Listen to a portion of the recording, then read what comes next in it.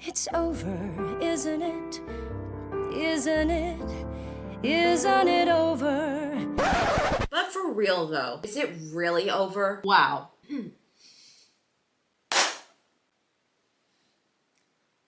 We have a lot to talk about.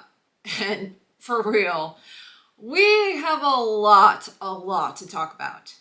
Buckle up, kids, because it's going to be a wild one.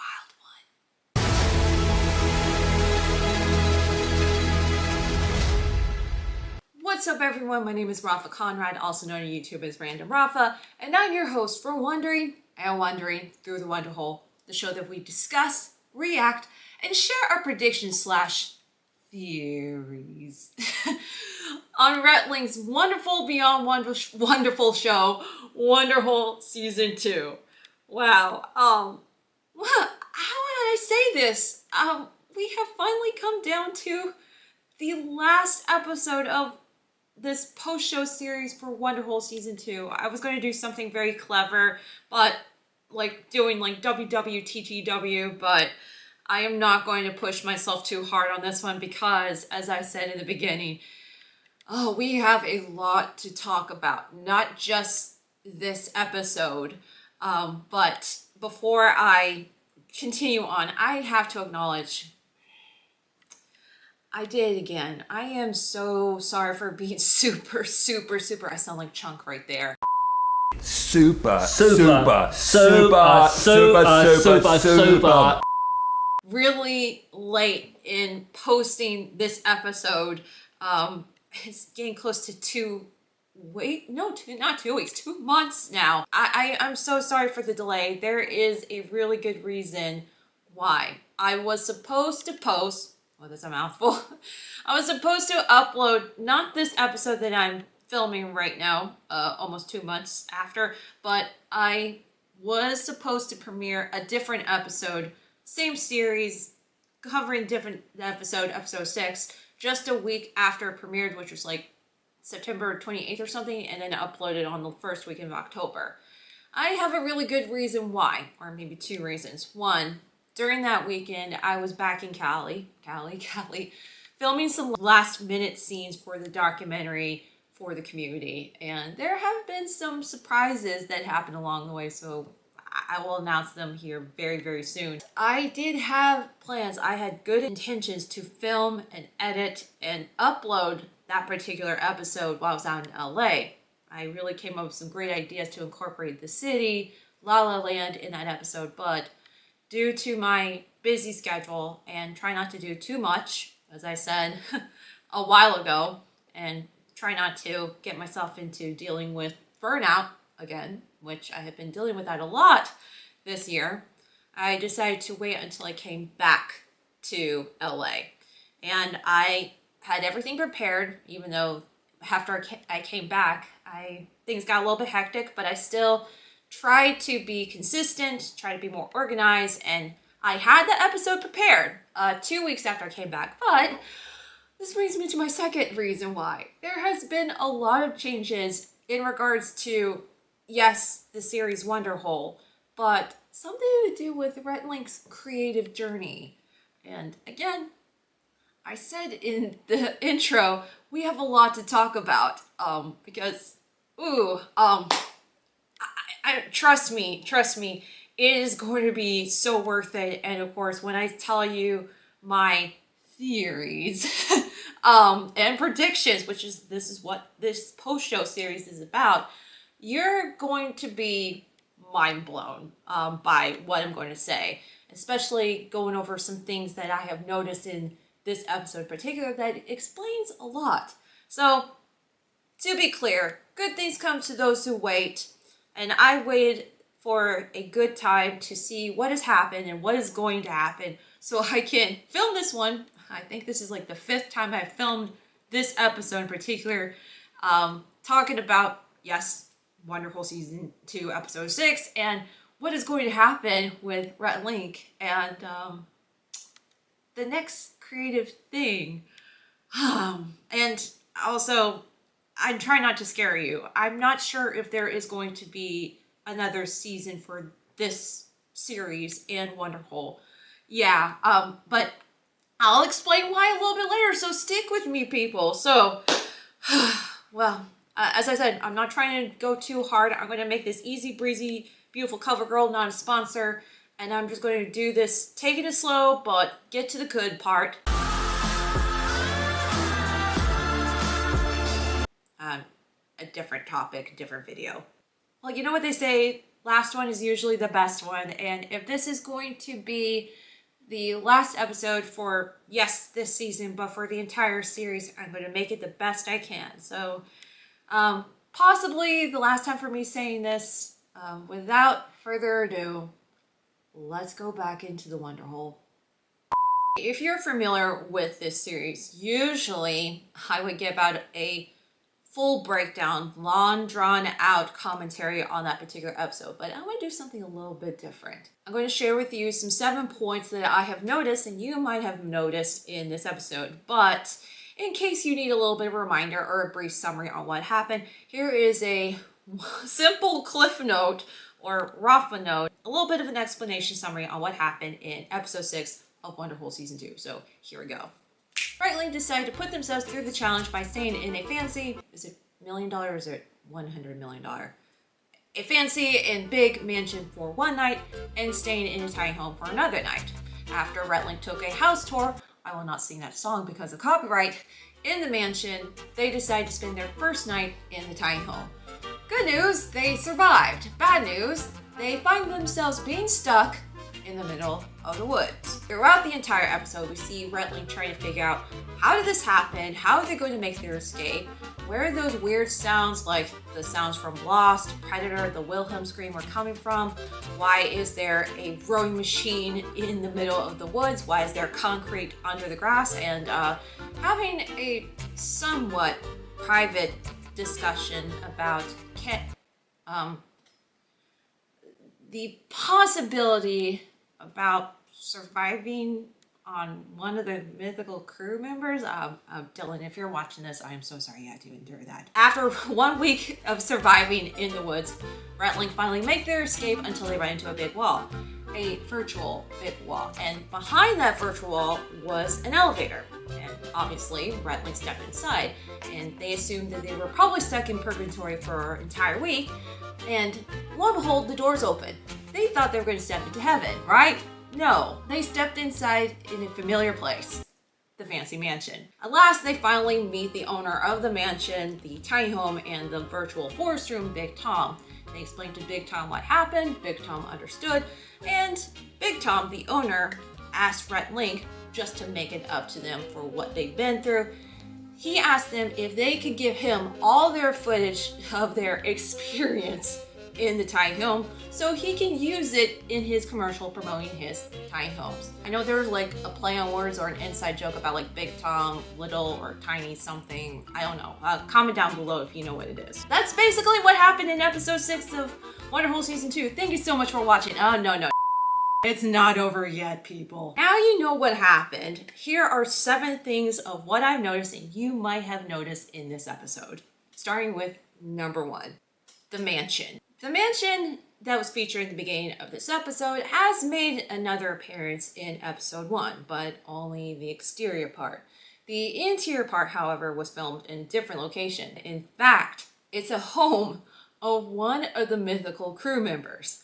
I know. I mean, I don't want to go into like, how is this possible? It's literally, it's fancy.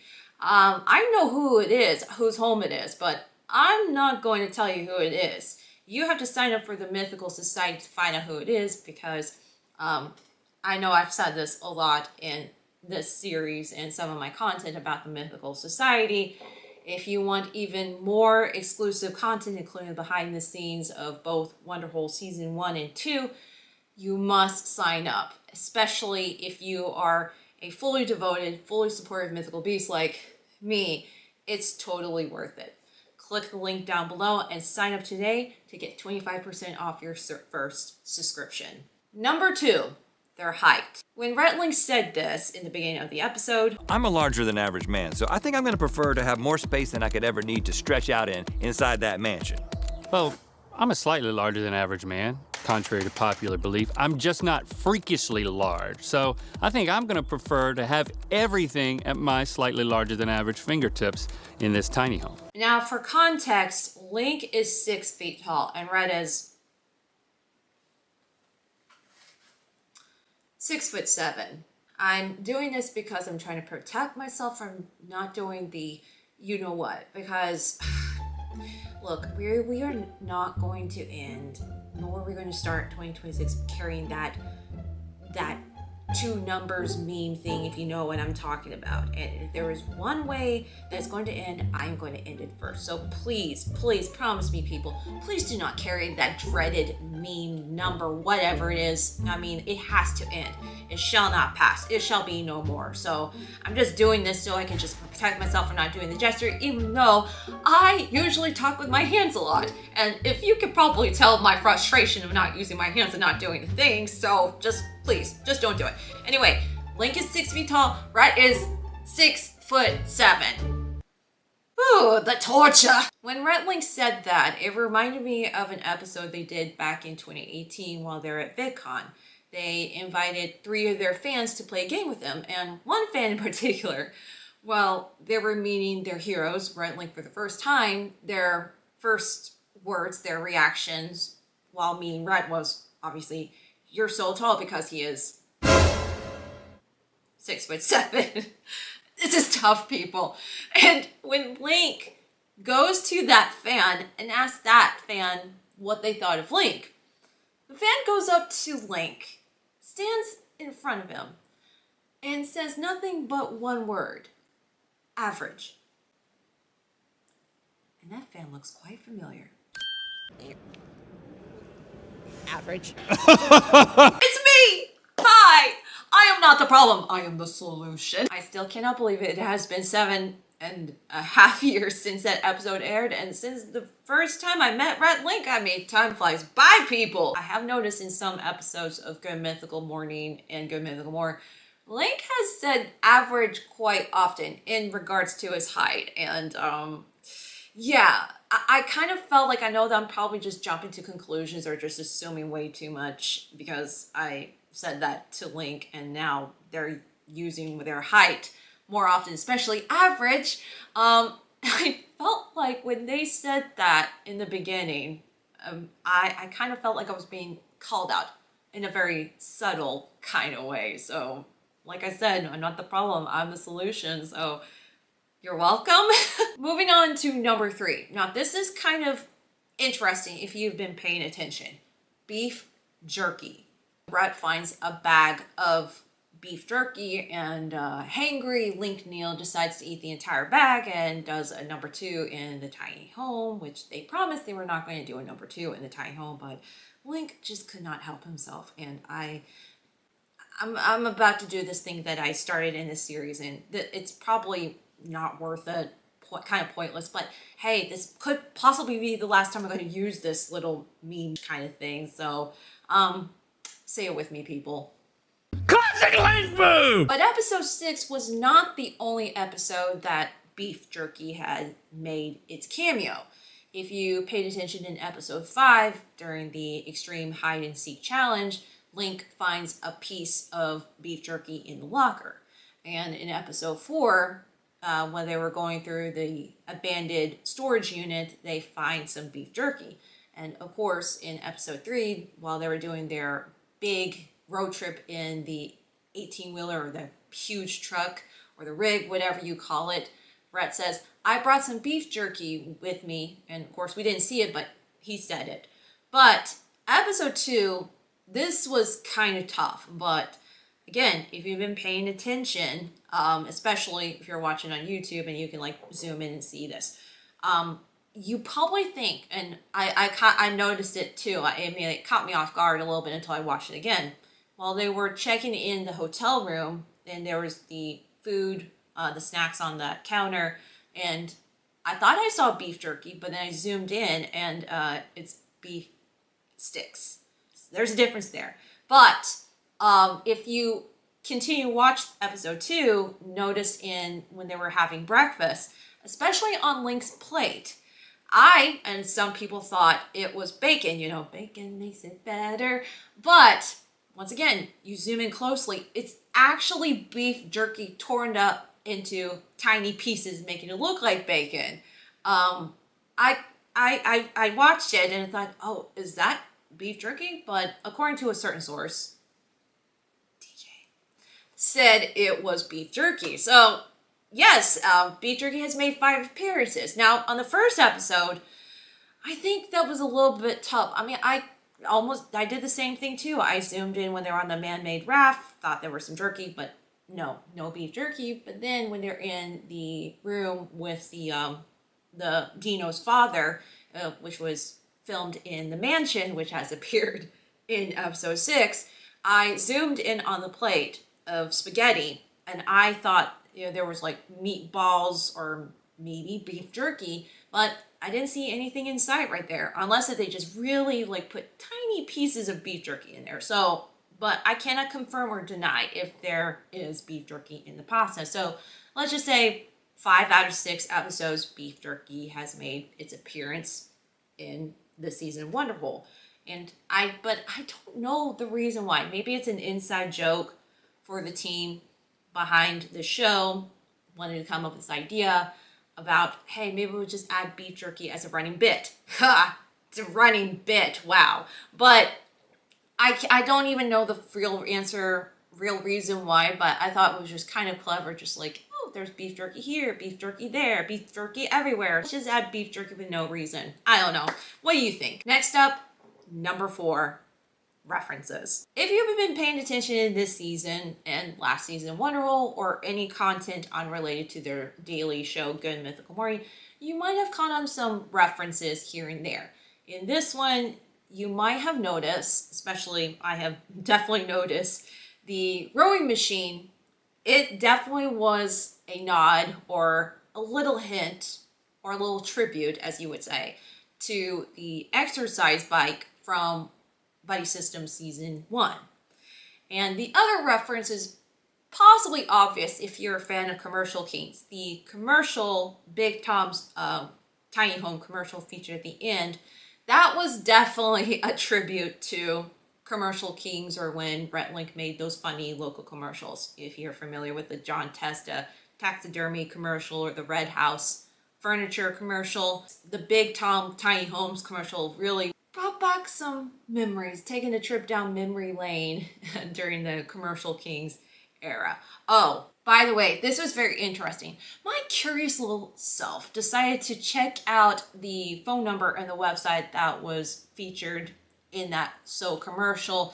I paused and I decided to call that number. Spoiler alert, it doesn't work. But the website itself, it does take you to not Big Tom Tiny Home place, even though it doesn't exist. It's fictional, people, but what's real is their website for Wonderhole. And of course, you would dig a little deeper in the Wonderhole, ha ha ha. It will take you to Rhett and Link's official website, mythical.com. Of course, they and other creators have done this trick where they put a fake website, but then it takes you to a real website. So for people that, whether they're curious enough to check out what it is, they can just find out more about that show or who the creators are, all that jazz hands. I've talked about this in one of the episodes of this series, that the poster, when I was at the screening for Wonderhole, they had the posters that was featured in episode 4, which had a QR code, and you can scan it, it'll take you to the website for Wonderhole. And I also saw the poster for Dino's Pizza, which is a reference to episode 1. It also had a QR code, and scanning goes you to Wonderhole. So I just thought that was quite interesting, especially for those that are not familiar with Rhett and Link. And if they go into the Wonderhole website, as I said, they dig deeper in the Wonderhole, they take it to mythical.com, so then that way they can learn more about Rhett and Link and all things mythical. So very clever, I should say. Number 5, Big Tom. Okay, I bet you can relate to this. Do you ever have one of those moments when you recognize someone, but that name doesn't come to mind when you see this person? That has happened to me. If you watch, or like whenever they upload an episode of the series weekly, you can go to the description and check out the credits, who's who playing this character in that particular episode.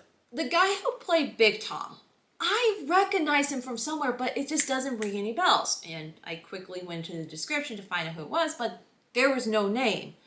But I consulted with a certain source, TJ, and asked who played Big Tom. First of all, that certain source, TJ, said they wanted to do it as a way for like a surprise cameo, especially for people that know who played Big Tom. And obviously, I did not recognize the guy, but I did in some way. He also said that the guy who played Big Tom was Rob Huebel. And if I said that name, some of you might recognize him or know him as a comedian and a podcast host. Again, name didn't ring any bells. Until I rewatched the episode, and this was back then, like 2 weeks after I came back from LA. I rewatched the episode just to get some notes down. It finally came to me. I recognized Rob from Good Mythical Morning back in 2017. Wow, time flies by, people. I guess it proves my point that whenever you've been on an episode of Good Mythical Morning, you might end up collaborating with Rhett and Link on a new project unrelated to Good Mythical Morning, like Wonderhole. And I come to think of it, I have been on Good Mythical Morning. I mean, back in 2018. I'm just wondering, I should collaborate with Rhett and Link. Oh, wait. I have. In case you missed it, in September, I premiered the brand new trailer for my documentary for the community, and it is official. The Rhett and Link are in my documentary. What? Yeah, don't believe me? Just watch. For some of the audience that are watching this film, they probably know who you are, but for those that do not yet. Why are you watching this film? Why are you watching this film? And you tell And me you're like, like, who are these guys? I think this is about us, right? Well, no, it's not about us. I mean, I pretty much make everything about. It's about the broader mythical world. Right. We are That's partly, a better way to partly say it. responsible. That's a better way to say it. Yeah, I still can't believe that happened, but I am so excited for them to be part of my soon-to-be masterpiece, as I'm calling it. I want to give you a little bit update on where we are right now. We are in post-production, but we need your help to finish this documentary film. If you want to take the time to support the film, help us finish the film sooner than later, you can click on our fundraisers down below to donate, or visit projectmythicalbeastfilm.com/donate. All right, we're down to the last two. Number 6. Did they break the rules? If you remember from Ear Biscuits back then, just right after they premiered Wonderhole Season 2, they did mention that they were not going to do this for Season 2, unlike what they did in Season 1, was to incorporate magic. And the first 5 episodes, stellar. They kept their promise, they stuck to the rules, no magic was used in the first 5 episodes of the series. But this episode, episode 6, I kind of felt like they just kind of broke the rules a little bit or found a loophole. The part where they were stuck in the virtual forest room, I mean, I have been to a lot of exhibits, attractions where they have like these virtual 3D rooms, giving you the feeling that you're in a different place in a tiny room or something like that. But I know technology is becoming more advanced in a very shockingly kind of way, but I don't know how advanced it could be to do that. I mean, obviously, when they were filming the episode, they filmed it in like a park or a forest or something, a legit forest. And then, of course, they probably incorporate green screen, movie magic. But I just don't know how possible it can be to do that if you really break down the science of, like, if you try to do this in this environment, then you need this and that, all that. I'm no scientist, but makes me curious. But the thing that really got my gears going was when they met Big Tom, Rhett and Link, explaining to Big Tom what happened.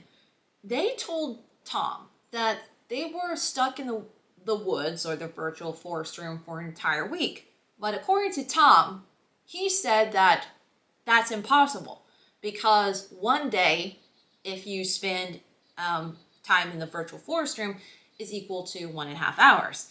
And if you do the math, 7 days, an entire week, equals being in that virtual forest room 10.5 hours. I don't know how advanced we are in technology, trying to slow down time in one tiny space while the world keeps going. I don't think we're up to that yet, but I'm not calling them out in a very harsh, negative way, but I just kind of felt like that was a little bit of magic. Not like mystical type of magic, but I felt like it was a sci fantasy type of thing. I just kind of felt like that was leaning towards that route, but I don't know. I'll let them go on this one. I just kind of felt like they broke the rules a little bit, but they found a loophole where it doesn't say, we're using magic on this one. So what do you think? Did they break the rules on that part or not? All right. We have come down to the last one, and it's definitely going to be the best one and possibly the most mind-boggling type of point that I have noticed. And like I said, this is the part where it's going to get bumpy. Number 7, that one big thing. I mean, obviously, you know, Rhett and Link are legendary YouTubers, internet-tainers, and they're always creating something. Especially in a series like Wonderhole, even though it is loosely scripted and part documentary, vlog, whatever you call it, they like to show their real selves. Basically, for both seasons of Wonderhole, it's basically their friendship gone through many different situations or different storylines, trying to come up with some creative ways, you know, stepping out of their comfort zone, if you know what I'm saying. There was this one part when they were in the tiny home, and Rhett said this line, and it's right before they said, I'm not going to say the actual word, but I'll just say Bilbo Baggins. If you know, you know. When Rhett said, we haven't done that one big thing. We've done everything we could, and I'm paraphrasing a little bit. We've done everything, and if people asked, who Rhett and Link, and they'll say they did this. A lot of people felt that part of Rhett being honest. I mean, as I mentioned, they're creators, and they're always trying to find some ways to show their creativity in many different ways. Like, you got Good Mythical Morning, you got their podcasts, you got touring productions, their books. A few weeks ago, they talked about the mixed reactions to the series Wonderhole. As some people liked it, like I absolutely liked it. It went to a whole nother level. But some people didn't get it because this is definitely going to be the last time for me saying this. The theme for this season is clickbait and switch. Sorry, something very clickbaity, and it becomes absolutely different halfway through. But people assumed that they were going to get the real thing, like whatever they see on the thumbnail, especially its over-the-top thumbnails, which by the time I'm filming this, if you have good photographic memory like me, you probably have noticed that the thumbnails have been changed to like the more natural thing, which I'm not going to go into full logistics or like details that now everyone is going to go towards more of the natural thumbnail look, and some will go towards more like the over-the-top, overhyped, clickbaity thumbnails. Those reviews were kind of just like, they were not very impressed by that, which I can understand. If you're going to have either or. You're going to have people that will like it, and you have people that just going to dislike it right there. Rhett and Link took what they learned from creating this series for Wonderhole to apply to their next project. And like I said earlier in this episode, I don't know if there's going to be a third season for Wonderhole, which they have said, they have confirmed that they're not going to rush into Wonderhole season 3.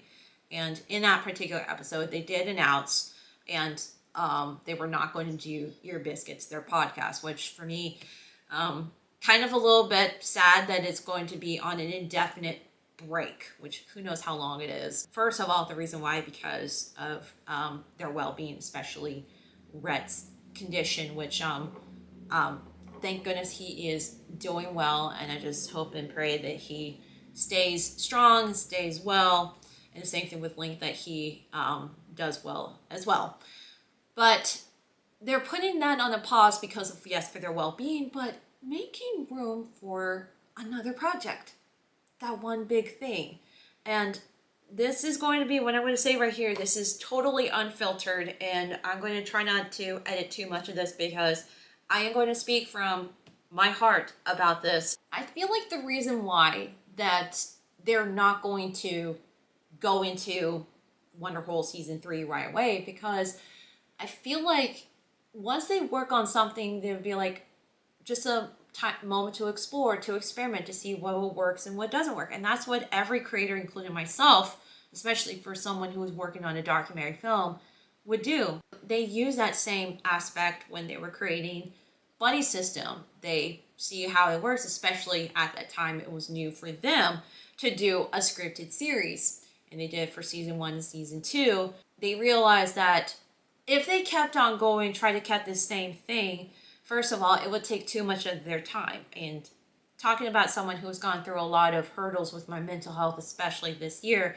if it takes a toll on your mental health, it's not worth it. Take care of your mental health, first of all. But if you find something to continue that creative journey, but to something new, then you'll blossom. Your brain will be ignited, and then your desire to create in that new aspect or a new venture will reignite. Even though the beginning part may be scary and uncomfortable, but when you keep on going, you become more mature, wiser, and even feeling that sense of purpose. I know that went deep right there, but they did the same thing with Buddy System.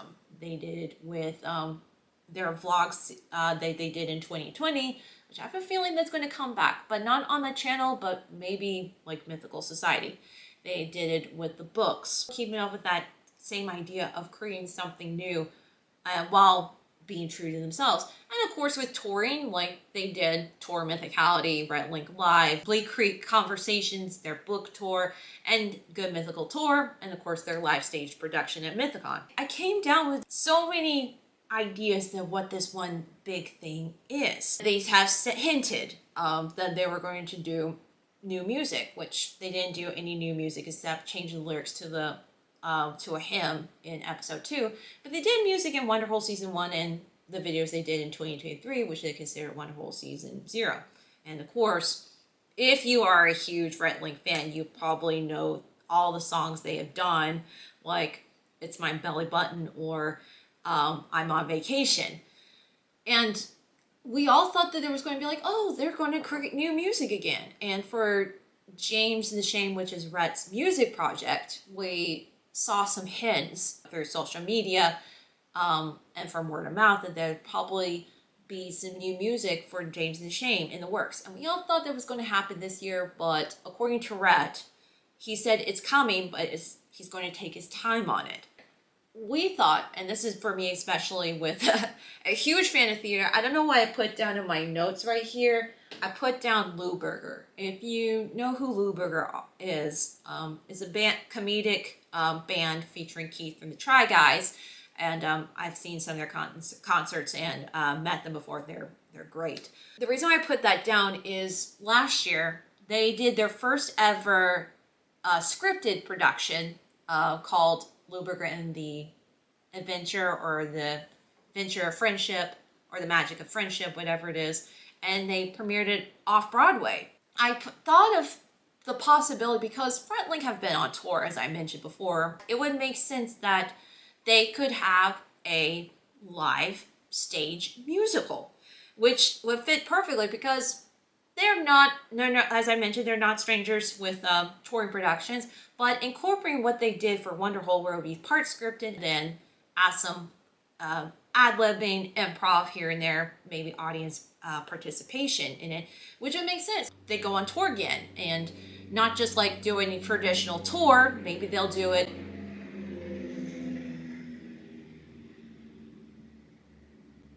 Bruh.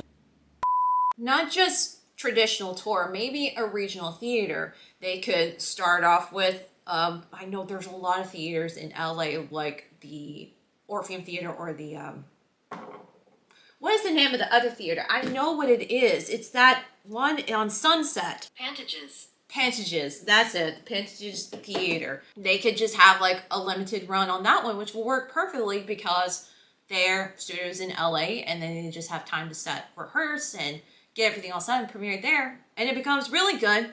they can just premiere it in other theaters, like, I don't know, I'm just throwing it out there, the Fox Theater in Atlanta, and then possibly off Broadway. And if it gets really good enough, they can do it on Broadway. Like, there's a lot of, like, Broadway events. Like, I think there was a magic show that featured the Muppets there, and they did a limited run on Broadway. But I hate to be the bearer of bad news. Bad news? Wow. Bad news. They did confirm that there is going to be no tour. They may want to do it again, but not anytime soon. So that's out of the question. But what if it's not a stage musical? What if it's a movie musical or just a plain movie? And this could make sense because, first of all, there's a lot of YouTubers, especially Michelle Khare, who have been premiering their videos on the big screen, doing private screenings before they premiered on YouTube.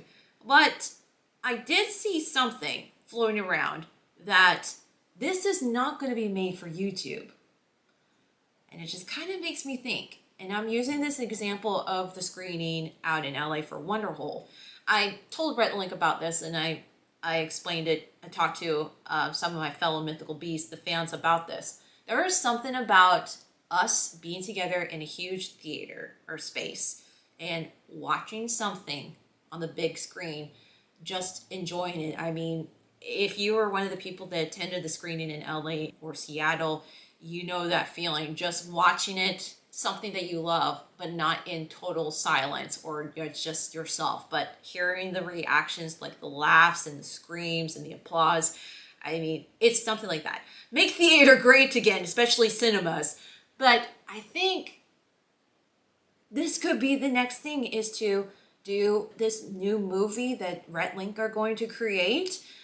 If that's what is going to be on the big screen, I mean, I think that's that one big thing. And I don't want to go into full detail of like what is their plan going to be like. I mean, it could be that they'll just do a screening and then they'll probably do like the traditional distribution route, maybe doing it in select cities and theaters everywhere for a time, and then put it on VOD or YouTube. But the question is, when is it going to happen? I mean, if they said that they're already planning to do that one big thing on Ear Biscuits that they talked about, why they had to postpone Wonderhole Season 3 and putting Ear Biscuits on an indefinite pause, I think 2026 would be a good year because, one, in March of 2026, they're going to premiere their 3,000th episode of Good Mythical Morning. Second, they're going to release their first ever children's book in the summer. And number 3, they're going to premiere the 30th season of Good Mythical Morning in the fall. And I think there's going to be other mythical ventures for both Mythical and Mythical Kitchen, which will be announced. But those are the 3 things that are going to happen in 2026. And this is kind of, but not kind of related to Mythical, even though it is a little bit of a collaboration with them because they're in it. That's going to be the year that I'm aiming to premiere the documentary film for the community. So I'm hoping, just please support the film. It makes sense why 2026 is going to be a good year because they'll be like at this. I mean, they've been at it like soon to be 20 years. I mean, they got their start on the internet in 2005. 2006 technically on YouTube. But 2026, they'll be on YouTube for 20 years. And I think with everything I mentioned about everything that's happening on Good Mythical Morning, their new book, and my documentary, and them being on YouTube for 20 years, I think a movie, don't know what the movie's going to be like, but I just have a feeling it could be a mix of Wonderhole buddy system, but showcasing Rhett and Link in it, you know? Even though they have said they like to see, I actually watched a live stream of their appearance at University of Arkansas. They do like it when they have people in it and they are like the behind the scenes people, but putting themselves in the, in front of the camera on the big screen movie, I mean, that could be possible. I mean, if you know their history, they always have desires to create movies. I mean, they tried to make a movie when they were young, and they tried to pitch Lost Causes of Bleak Creek into a movie and or series. They have been in a movie, Dirty 30 with Grace Helbig, and they have gotten opportunities to be part of movies which they had to turn down because of being committed with Good Mythical Morning. Their own movie on the big screen, I think that's just going to be that one big thing. I don't know what the plot is going to be like, but I think it could be just a mix of them in a different universe. Well, maybe like different people, but you still have that same vibe, you know, seeing more of themselves in this situation, or what this disclosed plot is going to be like for this. I mean, I think that's what's going to be, is a movie in the works. Hello there. Okay, please pardon me. I'm eating a beef stick right here. I forgot to say this in the original video about if they were going to do new music, especially James and Shane music.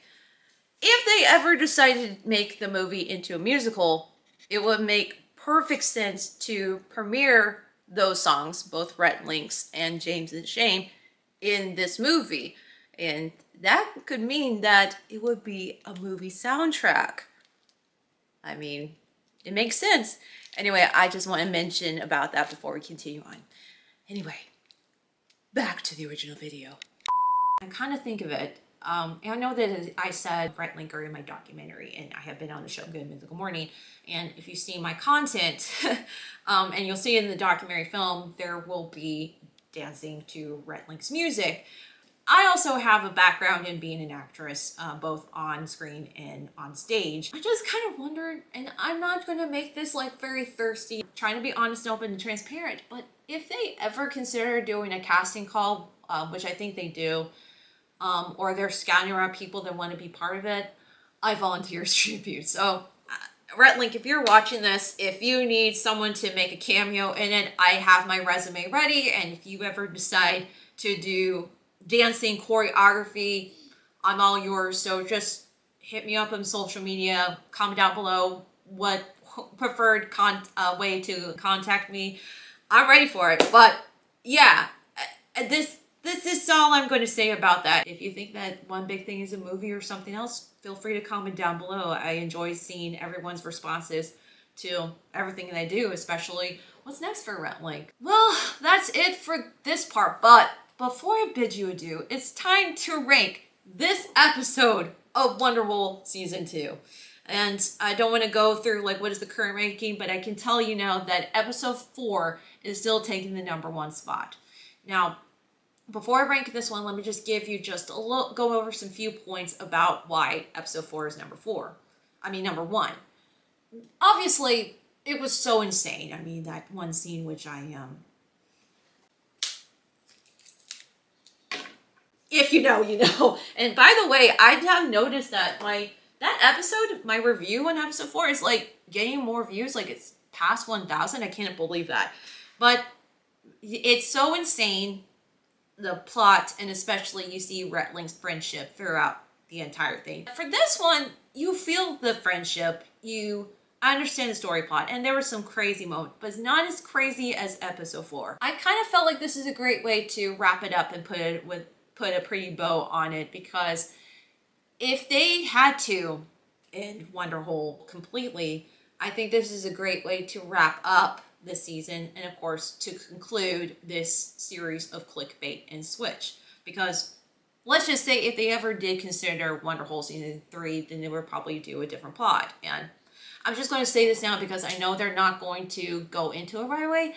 I kind of think, and Mythical, if you're watching this, take it or leave it. This is just my subtle pitch to you.